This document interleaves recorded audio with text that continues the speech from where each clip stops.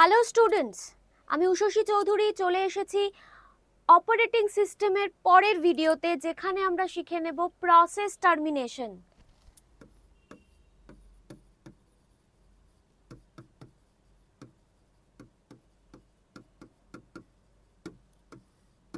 তার সাথে আরেকটা জিনিস আমরা শিখে নেব, সেটা হচ্ছে ফর্ক সিস্টেম কল ইউজ করে কিভাবে আমরা ইম্পর্ট্যান্ট কোয়েশ্চেন সলভ করতে পারি।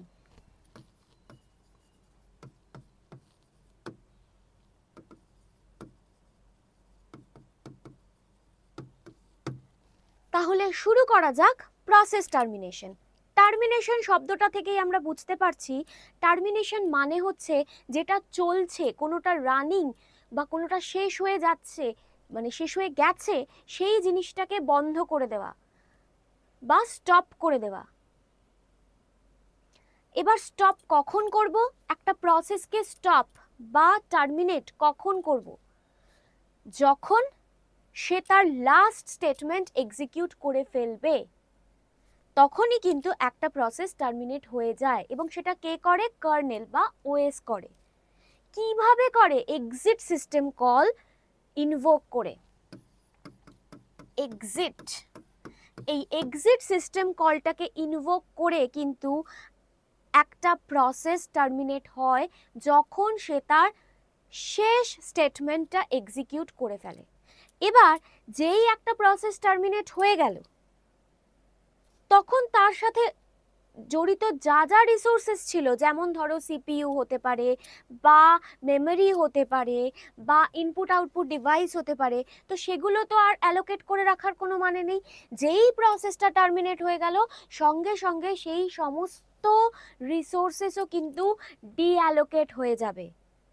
তো এইভাবে হবে আমাদের প্রসেস টার্মিনেশন। এবার আমাদের কাছে প্রসেস কি কি আছে? একটা হচ্ছে প্যারেন্ট,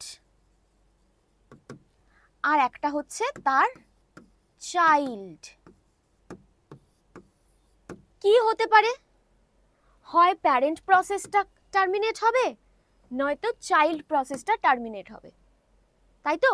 এই দুটো প্রসেসই আমার টার্মিনেট হতে পারে। একটা প্যারেন্ট, সে কিন্তু আরেকটা প্রসেসকে বা তার চাইল্ডকে কিল করে দিতে পারে, কিন্তু সেই কিল করবার জন্য প্যারেন্টকে এই চাইল্ডের আইডিটা জানতে হবে। চাইল্ডের আইডি যদি না জানে প্যারেন্ট, তাহলে সে কি করে কিল করবে? তার জন্যই একটা ইন্টিজার ভ্যালু কিন্তু প্যারেন্টের কাছে পৌঁছে যায় যখন চাইল্ডটা ক্রিয়েট হয়। ঠিক আছে? একটা ইন্টিজার ভ্যালু পৌঁছে যায়, সেটা হচ্ছে চাইল্ডের আইডি, যেটা দিয়ে প্যারেন্ট তার চাইল্ডকে চিনতে পারে। এই আইডিটা দিয়েই কিন্তু প্যারেন্ট তার চাইল্ডকে কিল করতে পারে। ঠিক আছে? আচ্ছা, একটা চাইল্ড কখন কখন কিল হতে পারে বা টার্মিনেট হতে পারে? কখন কখন? একটা হতে পারে যে চাইল্ড তার সমস্ত রিসোর্সের ইউসেজ অনেক বেশি করে ফেলেছে, মানে যতটা দরকার ছিল তার থেকে অনেক বেশি ইউসেজ করে ফেলেছে, তখন কিন্তু তাকে টার্মিনেট করে দিতে হয়। সেকেন্ড কি হতে পারে? একটা চাইল্ড, সেই প্রসেসটার আর কোনো দরকারই নেই, যে প্রসেসটা চাইল্ডটা রান করছে সেই প্রসেসটার আর কোনো দরকারই নেই, তাহলে সেটাকে শুধু শুধু সিপিইউতে রেখে আমার কোনো লাভ নেই বা চালিয়েও কোনো লাভ নেই। তাহলে অপারেটিং সিস্টেম কি করে? তখন চাইল্ডকে কিন্তু টার্মিনেট করে দেয়। বা আরেকটা কি হতে পারে? কোনো কারণে প্যারেন্ট টার্মিনেট হয়ে গেছে, তাহলে সেই প্যারেন্টের সাথে যত কটা চাইল্ড ছিল তারা কিন্তু প্রত্যেকে টার্মিনেট হয়ে যায়। প্যারেন্ট না থাকলে তার চাইল্ডগুলো কেউ এক্সিস্ট করে না। তাহলে প্যারেন্ট কিল হয়ে গেলে তার সমস্ত চাইল্ড কিন্তু কিল হয়ে যাবে। এই জিনিসটাকে কি বলে? এই জিনিসটাকে বলে ক্যাসকেডিং টার্মিনেশন। Cascading termination.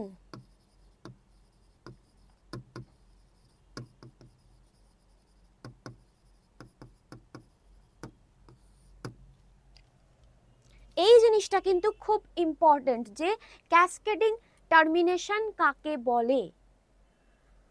আচ্ছা, যখনই একটা প্রসেস টার্মিনেট হয়ে যাচ্ছে তারপরে কিন্তু একটা ইন্টিজার ভ্যালু বা স্ট্যাটাসটা তার প্যারেন্টের কাছে পৌঁছায়।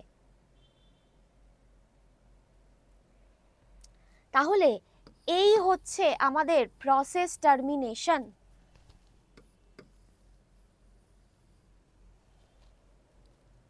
ওকে, এবার চলে যাব আমরা পরের টপিক, যেটা আমরা বলেছিলাম ফর্কের ওপর কোয়েশ্চেন সলভ করা। চলো দেখে নেওয়া যাক একটা এক্সাম্পল। আমি কি করছি, আমি একটা সি প্রোগ্রাম লিখছি, hash include stdio.h hash include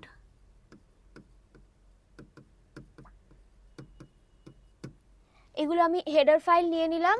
এবার আমি ইন্ট মেন মানে মেন ফাংশনে যাচ্ছি। কি করছি, ইফ ফর্ক অ্যান্ড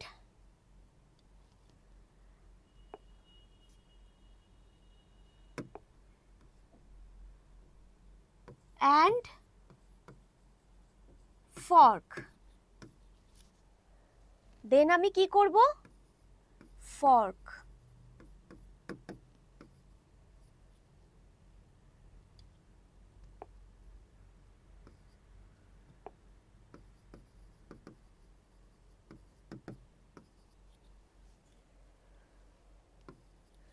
তার মানে আমি কি বলছি, যে যদি এই ফর্ক অ্যান্ড ফর্ক হয় তবে এই ফর্কটা এক্সিকিউট করবে, ঠিক আছে। তারপরে আমি রিটার্ন 0 করে দিচ্ছি। এবার ফর্ক সিস্টেম কল কি করছে, যখনই আমি একটা ফর্ক সিস্টেম কল ইনভোক করছি তখন দুটো জিনিস হয়। একটা হচ্ছে প্যারেন্ট প্রসেস তার একটা চাইল্ড ক্রিয়েট করে, সেই চাইল্ডটা কি, একেবারে তার প্যারেন্টের কিন্তু একটা ক্লোন মানে কপি তৈরি করে, ঠিক আছে। আর সাথে প্যারেন্ট নিজেও কিন্তু কনকারেন্টলি চলতে থাকে, রাইট। আর আমরা কি দেখেছি আমাদের আগের ভিডিওতে, যে চাইল্ড প্রসেস 0 হয়, প্রত্যেকের একটা ভ্যালু থাকে, আর প্যারেন্ট প্রসেস হয় পজিটিভ, ওকে। আর যদি ওটা নেগেটিভ হয় তার মানে প্রসেস সম্ভব নয়, রাইট, বা প্রসেস ফেলড হয়ে যায়, ওকে। তাহলে এবার কি আছে, দুটো ফর্কের মাঝখানে অ্যান্ড রয়েছে, অ্যান্ড অপারেশনে আমরা কি জানি, যদি দুটো ভ্যালু ট্রু হয় একমাত্র তবেই রেজাল্ট ট্রু হয়। দ্যাট মিন্স কি, আমি যদি 0 আর 0 হয়, মানে এটা যদি 0 হয় এটা যদি 0 হয়, তাহলে দুটো 0, অ্যান্ড মানে কি মাল্টিপ্লিকেশন, তার মানে কি হচ্ছে দুটো 0 মিলে কিন্তু 0 হয়ে যাচ্ছে। এবার এটা যদি 0 থাকে আর এটা যদি 1 থাকে, তার মানে কি সেটাও কিন্তু 0 হয়ে যাচ্ছে, রাইট। আচ্ছা, আবার এটা যদি 1 হয় এটা যদি 0 হয় তাতেও 0 হয়ে যাচ্ছে। একমাত্র কি হচ্ছে, যদি এই দুটো 1 হয় তবেই কিন্তু অ্যান্ড এর আউটপুটে আমার 1 আসছে। তার মানে আমি কি বুঝতে পারছি, যে এইটা 1 আর এইটা 1 হলে তবেই এই ফর্কটা আসবে। আর এখানে একটা জিনিস অ্যাড হবে, সেটা প্রিন্ট এফ হ্যালো, ঠিক আছে।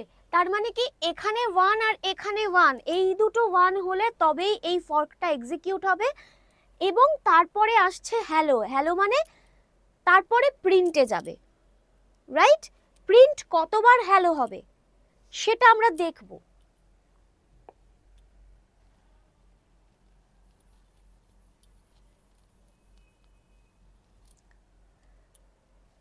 তাহলে একটু দেখে নি কিভাবে জিনিসটা হচ্ছে।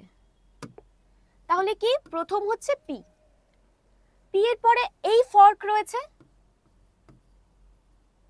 এই ফর্কের জন্য কি আসলো, একটা চাইল্ড আসলো,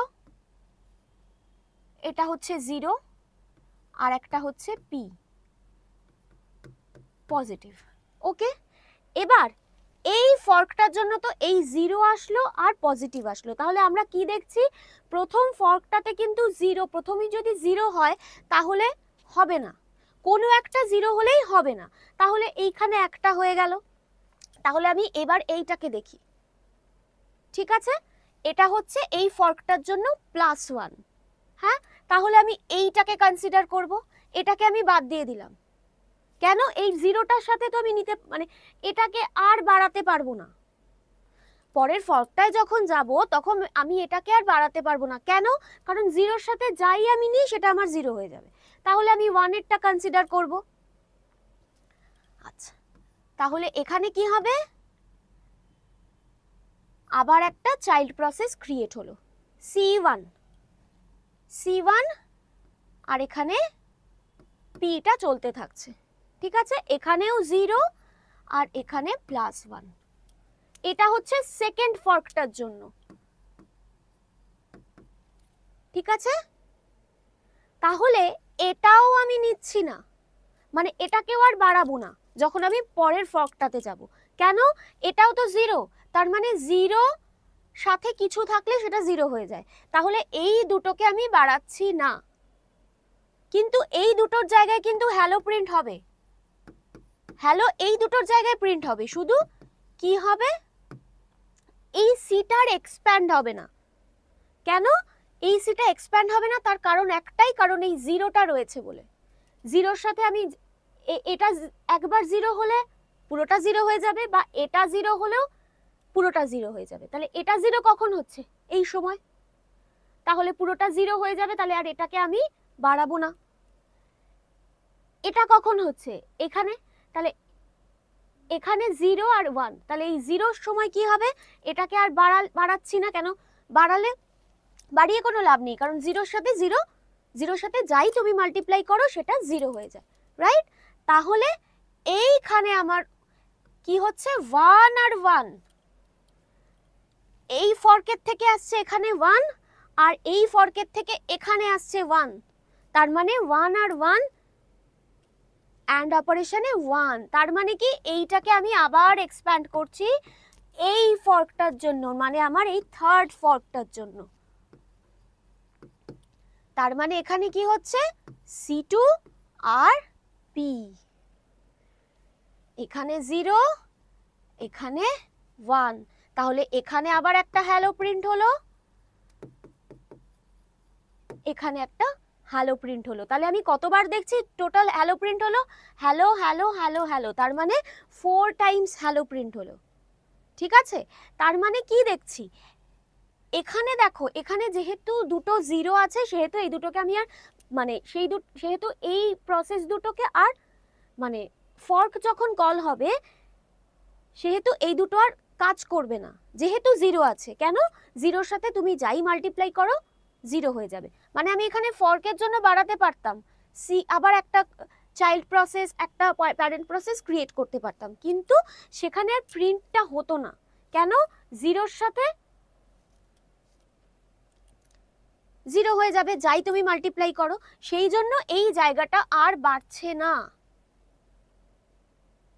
সেই জন্য এই জায়গাটা আর বাড়ছে না, একমাত্র থার্ড ফর্কে কখন যাচ্ছি, যখন আমি এই দুটো +1 হচ্ছে, 0 হলেও থার্ড ফর্কে যাব না, এইখানে 0 হলেও এই ফর্কে যাব না, মানে এইখানে ইন জেনারেল হলে কি হতো, এখানেও সি একটা বাড়তো, একটা C1 হতো, একটা প্যারেন্ট হতো, রাইট, কিন্তু সেটা যাচ্ছে না, কেন, এখানে কন্ডিশন দিয়ে দিয়েছে যে এই দুটো, এটা অ্যান্ড এটা হলে তবেই এই ফর্কে যাবে, তাহলে এটা অ্যান্ড এটা 1 আর 1 শুধু এই পোর্শনেই আসছে, তাই আমি এই দুটো আর ফর্কে যাচ্ছে না, ঠিক আছে, তাহলে টোটাল 4 টাইমস আমার হ্যালোটা প্রিন্ট হচ্ছে, ওকে, তো এইভাবে কিন্তু ফর্ক সিস্টেম কল ইউজ করে প্রচুর কোয়েশ্চেন্স আসতে পারে, যেমন কম্পিটিটিভ এক্সামসগুলোতে। তো এইভাবে আমাদেরকে ক্যালকুলেট করতে হবে যে কোন প্রসেসটা কখন হচ্ছে, কখন ফর্ক সিস্টেম কল হলে কখন চাইল্ড হচ্ছে, কখন প্যারেন্ট হচ্ছে, কখন 0 ভ্যালু হচ্ছে, 1 ভ্যালু হচ্ছে, সব ক্যালকুলেট করে আমাকে দেখতে হবে যে আমি কতবার হ্যালো আমার প্রিন্ট হচ্ছে বা কতবার সেই প্রিন্টটা হচ্ছে। ঠিক আছে, চলো এবার চলে যাব আমাদের পরের টপিকে।